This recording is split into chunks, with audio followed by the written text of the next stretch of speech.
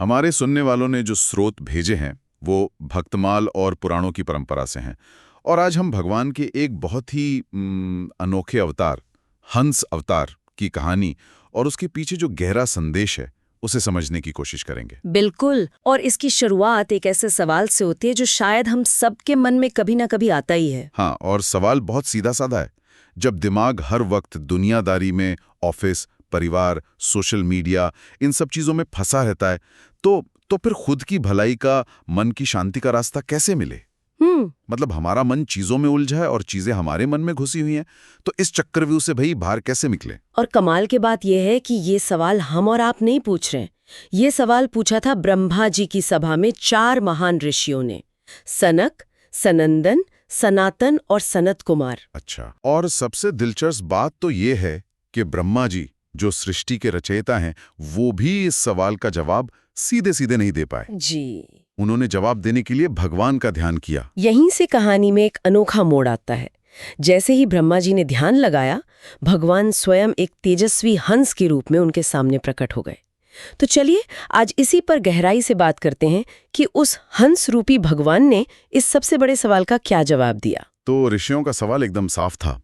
मन विषयों में और विषय मन में फंसे हैं, छुटकारा कैसे मिले? अब भगवान हंस का जो जवाब था वो सुनने वालों को शायद थोड़ा चौंका देगा। हाँ बिल्कुल। उन्होंने ये नहीं बताया कि मन को ऐसे कंट्रोल करो या विषयों से ऐसे दूर रहो। उन्होंने तो पूरे सवाल को ही पलट दिया। उनका पहला वाक्य ही था कि जो सच में ईश्वर के रास्ते पर चलना चाहता है, उसके लिए ये सवाल ही बेमानी है, मतलब तर्क संगत ही नहीं है। ये सवाल ही बेमानी है। आपका सबूत है कि आपने अभी पहला कदम भी नहीं उठाया है। अरे, ये तो कमाल की बात है। मतलब समाधान ढूंढने से पहले भगवान कह रहे हैं कि आप सवाल ही गलत पूछ रहे हैं। बिल्कुल। ये तो पूरे नजरिए को ही पलट देता है। इसका मतलब क्या हुआ फिर? इसका मतलब ये है कि आप अंधेरे से लड़ने की कोशिश कर रहे हैं। आप सोच रहे हैं इस अंधेरे को कमरे से बाहर कैसे निकालूं। भगवान कह रहे हैं अंधेरे से लड़ो ही मत, बस एक दिया जला लो। अच्छा। अंधेरा अपने आप गायब हो जाएगा। यहाँ दिया है ईश्वर और अंधेरा है संसार। आप संसार की समस्याओं पर ध्यान देना बंद कर दीजिए और अपना पूरा ध्यान सिर्फ ईश्वर पर लगाइए। वाह, मतलब फोकस बदलने की बात हो रही है। दोषों से लड़ने की बजाय किसी एक गुण को इतना बढ़ारो कि दोष अपने आप छिप जाएं। ठीक समझे। तो फिर भगवान ने आत्मा और परमात्मा के बारे में क्या कहा? स्रोतों में इसका भी जिक्र है। हाँ, उन्होंने एक बहुत मौलिक बात कही। उन्होंने कहा कि आत्मा के अलावा जो कुछ भी तुम देख रहे हो, महसूस कर रहे हो, ये शरीर, ये दुनिया, वो सब पंचभूतों से बना है। एक मिनट, पंचभूत का मतलब हमारे उन सुनने वालों के लिए जो शायद न जानते हो। पंचभूत यानी 5 मूल तत्व जिनसे सारी सृष्टि बनी है, पृथ्वी, जल, अग्नि, वायु और आकाश। ठीक है। भगवान ने कहा कि ये सब नश्वर है, बदलने वाला है। असल में सिर्फ एक ही तत्व है, आत्मा, जो परमात्मा का ही अंश है। इसलिए इन बदलने वाली नाशवान चीजों के बारे में सोचकर परेशान होना ही क्यों। अपना ध्यान उस पर लगाओ जो शाश्वत है, जो तुम खुद हो, यानी आत्मा। तो जिसे आत्मकल्याण करना है उसका विषय संसार की समस्याएं नहीं बल्कि ईश्वर होना चाहिए। बात तो बहुत गहरी है जी। लेकिन यहाँ एक और सवाल उठता है। ईश्वर, आत्मा, परमात्मा, ये सब हमारी 5 इंद्रियों की पकड़ से तो बाहर है ना? बिल्कुल। हम दुनिया को आंखों से देखते हैं, कानों से सुनते हैं। अगर ईश्वर इन सब का विषय ही नहीं है तो उन पर ध्यान कैसे लगाया जाए? बहुत सही सवाल है और इसका जवाब भी हमारे स्रोतों में बहुत खूबसूरती से दिया गया है। भगवान न तो हमारी ज्ञानेंद्रियों से जाने जा सकते हैं, मतलब आंख, कान, नाक, जीभ, त्वचा से, और न ही कर्मेंद्रियों यानी हाथ, पैर, मुंह से पाए जा सकते हैं। जी। उन्हें जानने के लिए एक अलग ही बोध, एक दिव्य दृष्टि की जरूरत होती है। और ये दिव्य दृष्टि आएगी कहाँ से? वो कहीं बाहर से नहीं आएगी। वो हृदय में अपने आप प्रकट होती हैं जब आप कोशिश करते हैं। अच्छा। स्रोतों में बरसाना के एक संत का बड़ा प्यारा उदाहरण है। वो कहते थे कि तुम ये चिंता मत करो कि भगवान दिखेंगे कैसे। इन आंखों से तो उनका तेज सहा भी नहीं जाएगा। जब वो कृपा करके प्रकट होंगे तो तुम्हें देखने के लिए दिव्य आंखें भी वही देंगे। इसका मतलब है कि हमारा काम सिर्फ अपने हृदय में उनका चिंतन करना है, और जब ये चिंतन शुरू होता है तो ये इंद्रियां जो पहले बाहर भागती थीं, वो खुद ब खुद सुधरने लगती हैं। बिल्कुल। फिर कानों को फालतू की बातें सुनने में मजा नहीं आता, वो भगवान की कथा सुनना चाहते हैं। आंखों को व्यर्थ के दृश्य नहीं, भगवान का स्वरूप देखना अच्छा लगता है। जबान को बुराई करने की जगह भगवान का नाम लेना भाता है। ये सब अपने आप होता है, कोई जबरदस्ती नहीं करनी पड़ती। कोई जबरदस्ती नहीं। यहाँ एक और बात मेरे दिमाग में आ रही है। भगवान ने ये उपदेश देने के लिए हंस का रूप ही क्यों चुना? वो किसी और रूप में भी तो आ सकते थे। हाँ, ये बहुत बहुत महत्वपूर्ण सवाल है। क्या इस हंस के प्रतीक का कोई गहरा मतलब है? बहुत गहरा मतलब है। हंस को नीर क्षीर विवेक के लिए जाना जाता है। ये एक बहुत प्रसिद्ध कहावत है कि हंस के सामने अगर दूध और पानी मिला के रख दो तो वो सिर्फ दूध पी लेता है और पानी छोड़ देता है। हाँ, ये तो सुना है। तो इसका आध्यात्मिक मतलब क्या हुआ? इसका आध्यात्मिक मतलब है सत्य और असत्य, उचित और अनुचित के बीच भेद करने की क्षमता। अच्छा। और सिर्फ भेद करना ही नहीं, बल्कि असत्य और अनुचित को छोड़कर केवल सत्य और उचित को ग्रहण करना। ये विवेक जब अपनी चरम सीमा पर पहुंच जाता है तो ऐसे सिद्ध संतों को परमहंस कहा जाता है। परमहंस। जी, तो भगवान ने हंस का रूप लेकर यही संदेश दिया कि इस दुनिया में रहते हुए भी सार को ग्रहण करो और निसार को त्याग दो। और इसी से जुड़ा हुआ एक और शब्द है सत्संग। हाँ, हम अक्सर सुनते हैं कि सत्संग करना चाहिए, बिल्कुल। लेकिन आज के जमाने में सत्संग का मतलब क्या सिर्फ भजन कीर्तन के लिए इकट्ठा होना है? हमारे स्रोत कहते हैं कि असली सत्संग इससे कहीं ज्यादा गहरा है। सत्संग का मतलब ये नहीं कि 10 लोग इकट्ठे हो गए और कोई अपनी गायन कला का प्रदर्शन कर रहा है, कोई अपने वादन का। असली सत्संग वो है जहां अहंकार के लिए कोई जगह ना हो, जहां सिर्फ और सिर्फ भगवान और उनके भक्तों की, उनके स्वभाव के, उनकी लीलाओं की चर्चा हो। जब ऐसा होता है तो कहते हैं कि भगवान स्वयं वहां आकर विराजते हैं और सुनने वालों के हृदय से संसारिक विषय अपने आप निकलने लगते हैं। ठीक है, तो अब तक हमने समस्या को समझा, उसके प्रति सही नजरिया क्या हो ये जाना, और हंस के प्रतीक का मतलब भी समझ लिया। लेकिन हम सबसे जरूरी सवाल पर आते हैं। जी, आज के इस भागदौड़ वाले जीवन में कोई इंसान ये सब शुरू कैसे करे? कोई एक प्रैक्टिकल तरीका, पहला कदम क्या हो सकता है? और यहीं पर हंस अवतार का सबसे बड़ा, सबसे सरल और सबसे शक्तिशाली उपदेश आता है। नाम जप। नाम जप, यानी ईश्वर के नाम को बार बार दोहराना। नाम जप सुनने में तो बहुत सरल लगता है, लेकिन क्या ये वाकई आज के समय में काम करता है, जहां हर किसी का ध्यान 100 जगह बटा हुआ है? मन तो टिकता ही नहीं। कमाल का काम करता है। और हमारे स्रोतों में इसका एक बिल्कुल मॉडर्न डे रिलेटेबल किस्सा किया गया है। अच्छा। एक योगा ग्रुप था जिसमें ज्यादातर महिलाएं थीं। उनकी योगा इंस्ट्रक्टर ने उनसे कहा कि आप सब लोग नाम जप शुरू करो। तो उन्होंने शुरू कर दिया होगा आसानी से? अरे नहीं, सबने वही कहा जो आप कह रहे हैं। मन नहीं लगता, ध्यान भटकता है, हमसे नहीं होगा। हाँ, ये तो होता ही है। तो उनकी मैम ने एक बड़ी मजेदार तरकीब निकाली। उन्होंने कहा, मन की छोड़ो, तुम बस अपनी उंगलियों को डिजिटल काउंटर पर चलाओ और जो भी संख्या हो उसे एक ऑनलाइन एक्सेल शीट में भरते जाओ। एक्सेल शीट भगवान के नाम के लिए? ये तो बहुत ही आधुनिक तरीका है। हाँ, और यही तो इसकी खूबसूरती है। उन्होंने ये भी कहा कि ये जो हम सबकी मिली-जुली गिनती वाली शीट है, इसे हम साल के अंत में वृंदावन ले जाकर ठाकुर जी के चरणों में समर्पित करेंगे। अरे वाह! अब देखिए क्या हुआ। एक तरह का हल्का-फुल्का कंपटीशन शुरू हो गया। लोग एक दूसरे से ज्यादा जप करने की कोशिश करने लगे।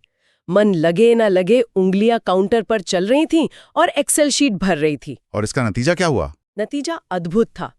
जो काम मन से नहीं हो रहा था वो अनुशासन से होने लगा। धीरे धीरे बिना किसी को पता चले उन लोगों की एकाग्रता बढ़ने लगी। उनका मन शांत होने लगा।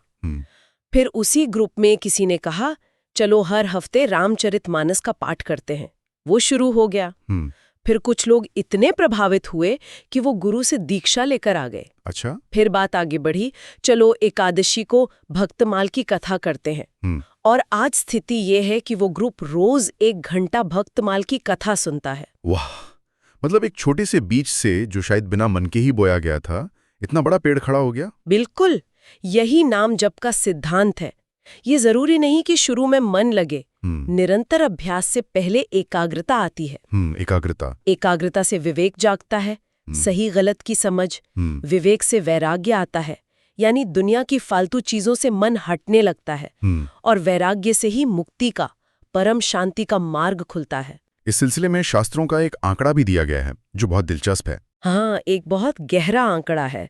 शास्त्र कहते हैं कि एक स्वस्थ मनुष्य 1 दिन और रात में, यानी 24 घंटे में औसतन 27,000 सांसें लेता है। 27,000। जी।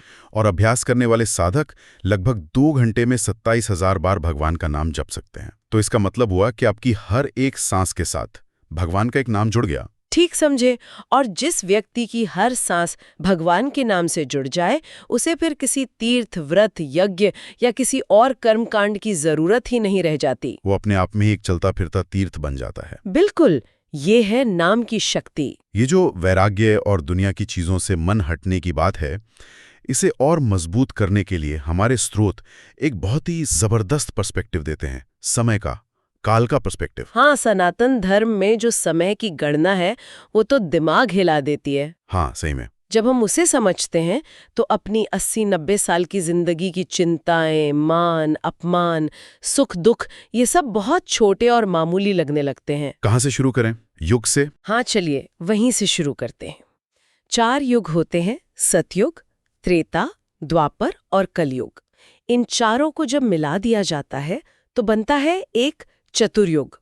और ये कोई छोटा मोटा समय नहीं है, ये 43,20,000 साल का होता है। 43 लाख साल? ये तो अपने आप में बहुत बड़ा समय है। रुकिए, कहानी तो अब शुरू हुई है। जब ऐसे 1,000 चतुर्युग बीत जाते हैं 1000? तब जाकर सृष्टि के रचयिता ब्रह्मा जी का सिर्फ एक दिन पूरा होता है। इसे एक कल्प कहते हैं। 1000 चतुर्युग मतलब 4 अरब 32 करोड़ साल। ये ब्रह्मा जी का सिर्फ एक दिन है? सिर्फ एक दिन। और इतनी ही बड़ी उनकी रात होती है? जी हाँ। और हम जैसे जीव न जाने ऐसे कितनी ही कल्पों से, ब्रह्मा जी के कितने ही दिनों और रातों से इस जन्म मृत्यु के चक्र में घूम रहे हैं। ये सोचना भी मुश्किल है। स्रोतों में मनवंतर का भी जिक्र है, वो क्या है? ब्रह्मा जी अपने एक दिन यानी एक कल्प को 14 हिस्सों में बांटते हैं, जिन्हें मनवंतर कहते हैं। हर मनवंतर पर एक मनु का शासन होता है। अभी हम 7वें मनवंतर में जी रहे हैं, जिसके मनु का नाम वैवस्वत मनु है। तो इस सब का हमारी रोजमर्रा की जिंदगी के लिए क्या मतलब है?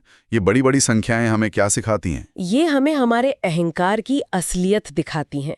सोचिए, इस अरबों खरबों साल के टाइम स्केल पर हमारा 70, 80 या 100 साल का जीवन क्या है? कुछ भी नहीं, एक पलक झपकने जितना भी नहीं। बिल्कुल। हमारे सुख, हमारे दुख, हमारा पद, हमारा पैसा, हमारी सुंदरता, सब कितने क्षणिक और अर्थहीन हैं इस विशाल ब्रह्मांडीय घड़ी के सामने। बात तो सही है। जब हम अपनी किसी छोटी सी समस्या को लेकर बहुत परेशान होते हैं तो ये पर्सपेक्टिव हमें याद दिलाता है कि ये कितनी अस्थायी है। बिल्कुल। जब इस ब्रह्मांड में सूर्य, चंद्रमा और खुद ब्रह्मा भी स्थायी नहीं है तो हमारा अस्तित्व क्या है?